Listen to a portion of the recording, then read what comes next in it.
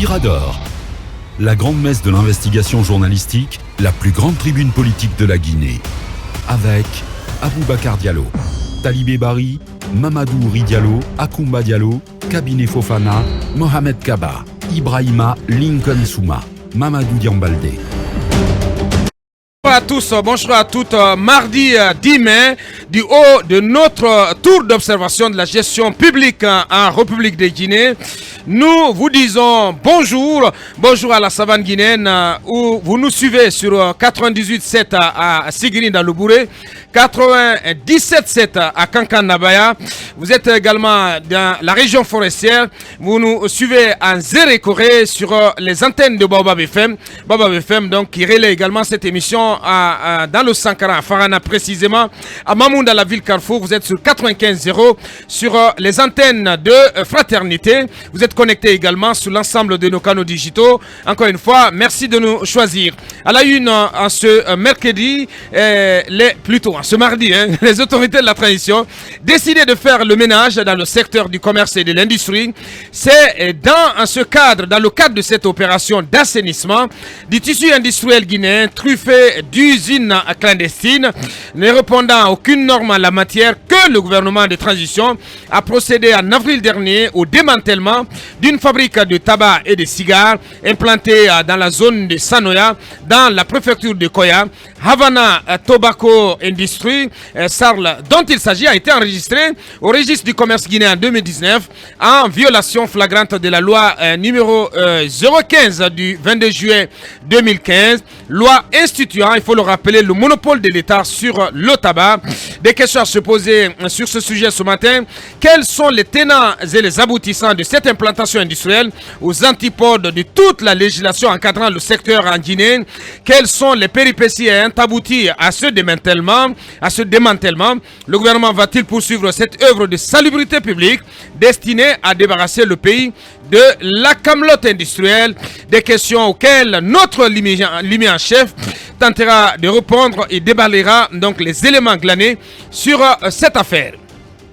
Cette question aussi que nous nous posons, cette question politique, quelle est la botte secrète des 39 mois de durée proposée par le colonel Mamadi Doumbia au titre de la transition en cours depuis le 5 septembre 2021?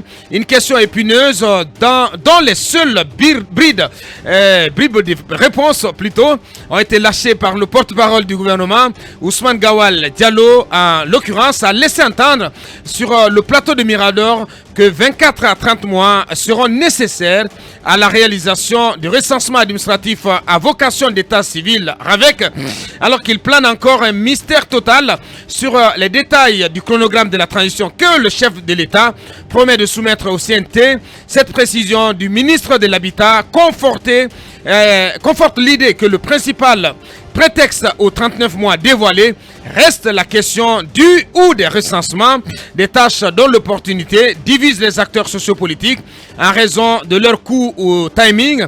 Fut-il à l'effet de s'en servir pour produire un corps électoral crédible? Alors pourquoi la problématique du recensement oppose-t-elle radicalement les autorités de la transition à la classe politique significative?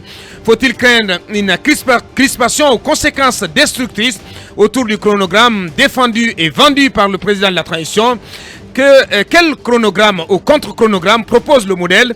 Le parti de notre invité est précis du jour, en l'occurrence M. Alouba. Il sera avec nous, il est le président du modèle. Le modèle donc qui viendra présenter son contre-chronogramme.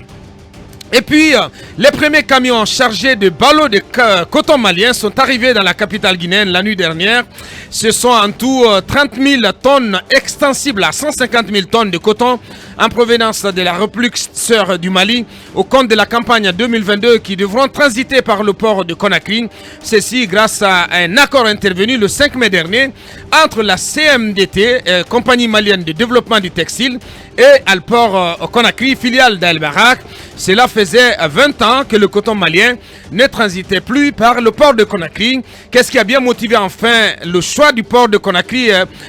Qu'est-ce qui a motivé la décision des autorités maliennes de faire transiter le coton malien par le port de Conakry?